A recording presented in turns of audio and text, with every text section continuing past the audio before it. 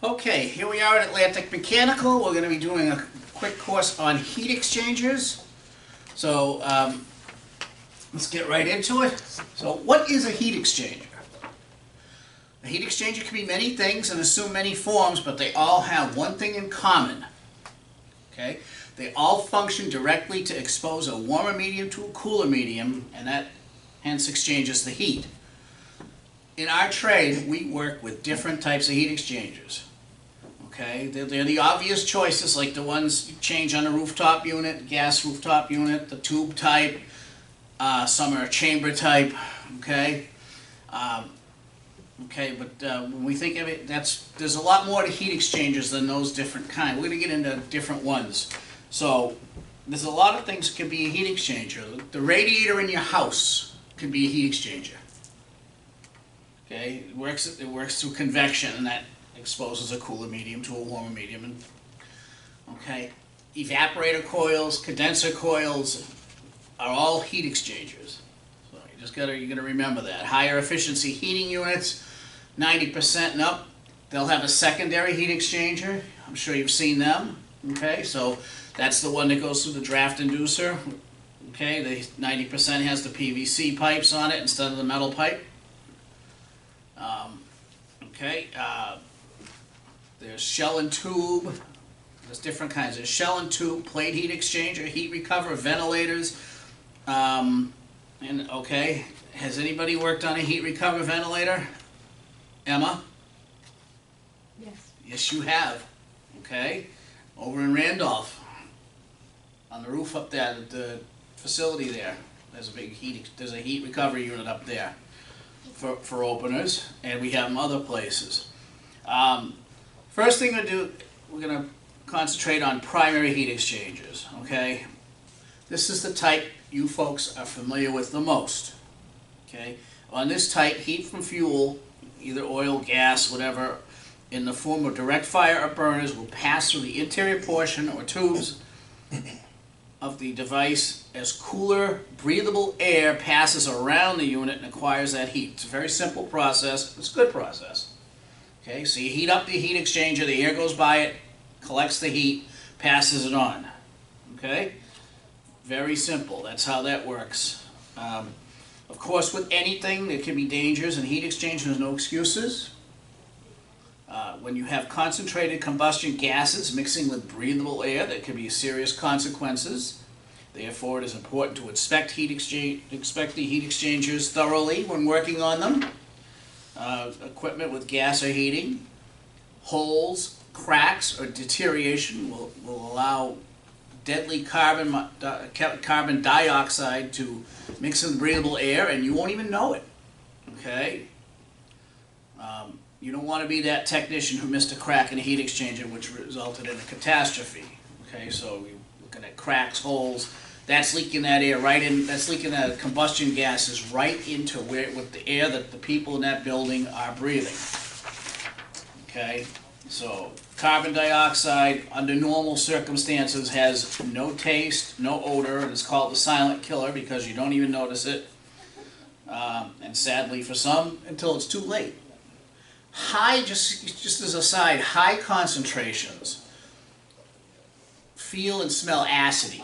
So if you've got a hole the size of a baseball in a heat exchanger, you'll notice it. But I mean, small cracks, holes, rot marks, things like that will put enough in to kill you, but you won't even notice it. Okay, people won't just go about their daily business and don't even know that. So even the smallest crack can be trouble, as you all know, let alone cracks or holes. They can be caused by several conditions, from too high a heat to too much fuel to obstructions. And the biggest cause of heat exchanger failure is expansion and contraction from the heating and cooling. Okay, stress cracks. That's the biggest problem. When you see it, it's always around. You'll see when you look at the ones with the rooftop units and near welds and things like that, you can almost see them all the time. It gets stressed right around the weld. Generally, the weld doesn't crack. It's the material on either side of the weld. Usually, when you weld something in general, and off topic, anything, when you weld something, generally the weld is the strongest part, okay? But the area immediately on either side of the weld is weaker, so just remember that, okay? So, unless there's a carbon monoxide detector sounding, direct visible inspection and or combustion analysis is the best way to determine if a heat exchanger is sound or not. So you got to really inspect them. You can use an inspection mirror. We have scope cams that you can use. I have one. I have a personal one that you can use. It works off your phone. Your phone is the camera, but it's an attachment that goes to it. Emma, I know you've seen it. Okay, so you know it'll work that way. But it's very important when you're looking at these things to check them out very, very carefully, because some of these cracks are very hard to detect, and some of you, and how many have taken out a heat exchanger, that has a noticeable crack, and then find out other smaller ones once you get out in the light. Okay, so you got to be careful with that. Higher efficiency units can be equipped with a secondary heat exchanger as well as the primary. As the combustion exhaust leaves the primary heat exchanger, it travels into the secondary heat exchanger, where more heat is released from the flue gases, and water vapor begins to form. Okay, that vapor mixes with carbon monoxide and then condenses into water and carbonic acid. Secondary heat exchangers are typically constructed from stainless steel or coated steel, capable of withstanding heat, moisture, and acid. These are commonly referred to as condensing. They go on what's commonly referred to as condensing boilers or furnaces. Okay. Secondary heat exchangers are not as prone to cracks and holes as the primary ones. Because temperatures are lower, but however, they can clog. Okay, because they have smaller channels, and removal and cleaning will alleviate this problem. You can actually clean them almost like you can clean a coil, brushes and chemicals. Units equipped with a secondary heat exchanger also must have a condensate trap and an acid neutralizer kit to prevent acidic water, which can leave stains, kill shrubbery, eat away at cast iron in particular drainage systems. You've seen a little thing with the rocks. Little cartridge with little pebbles in there, white pebbles. Okay, that's what acid neutralizer. Okay, so the furnace condensate is acidic. I mean, it's not like deadly, but it's more like the same as orange juice. It's usually found around a pH of 5. Recently found indicates condensate combustion process pH of anywhere from 3.5 to 4, which is quite acidic. Okay, these cartridges look like tubes and boxes filled with gravel-like particles. These particles, which include base components like calcium carbonate, CO2, salt, and they will filter and neutralize wastewater as it moves through the drainage system. Okay, and piping. These are typically last for many years without changing, but the granules are stocked at pretty much any supply house, and if not, you can always get a cartridge, to get the whole cartridge. Sometimes they stock the cartridge with everything rather than just the gravel. So, okay. Along with the air-to-air heat exchangers we just covered, there are heat exchangers used with hydronic systems. Okay, hydronics is heating and cooling with liquids. Okay, so very simple. These can be shell and tube, plate and frame, finned or microchannel. We don't see a lot of these in our daily workings, but they are available. Shell and tube heat exchangers are very common. They will use either steam or a hotter liquid to heat liquid for a system such as domestic water or non-potable water, which is heating water. Rather than boilers, many large buildings in major cities usually use utility-supplied steam to heat water for both heating and domestic uses via these shell and tube heat exchangers.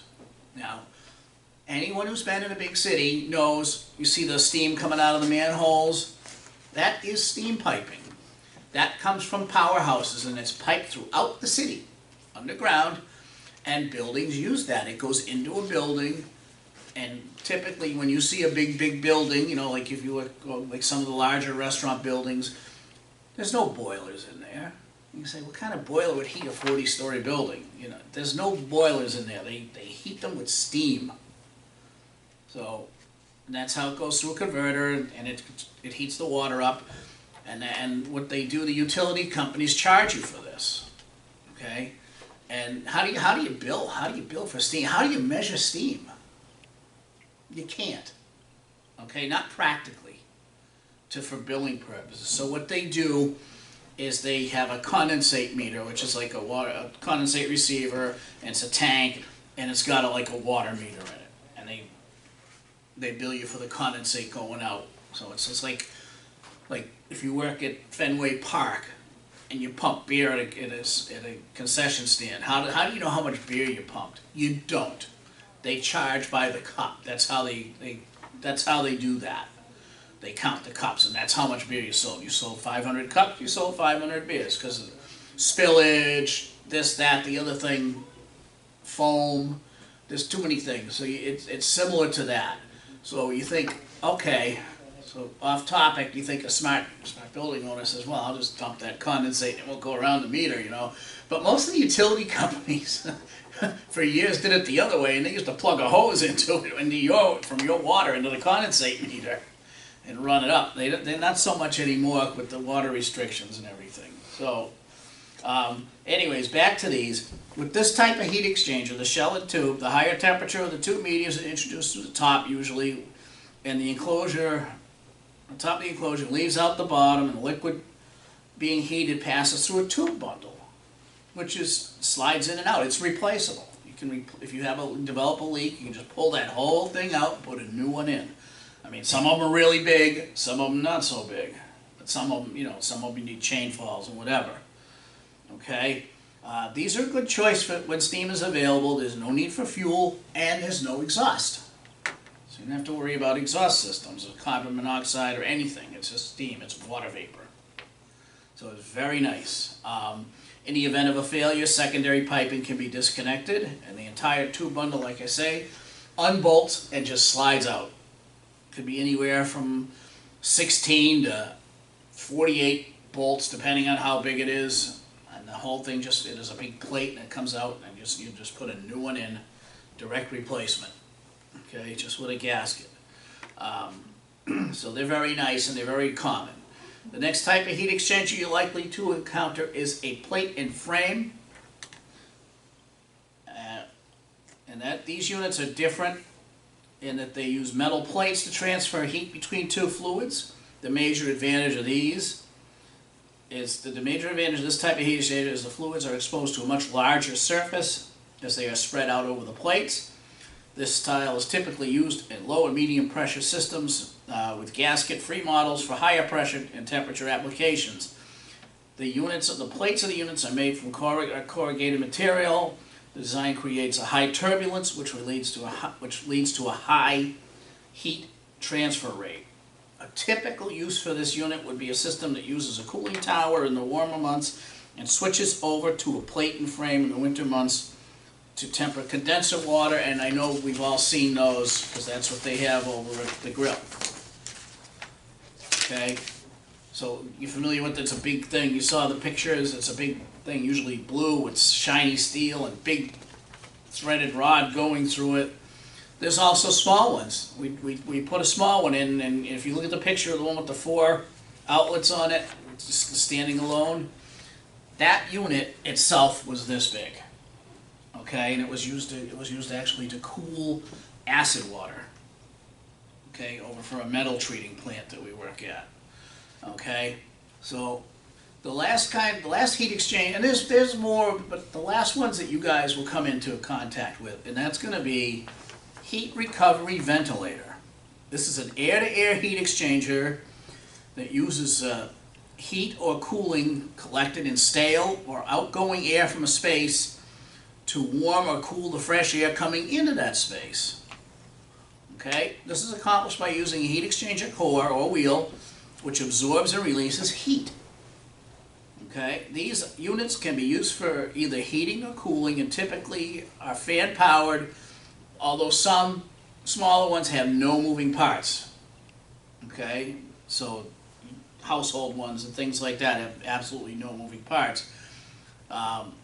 Some of these units have a revolving wheel which traps the warm or cool air, releases in the incoming airstream. Heat recovery units will typically recover 60 to 95% of heat in the exhaust air and significantly improve energy efficiency of a building. Okay, they may be direct or belt driven and turn slowly to completely transfer the heat.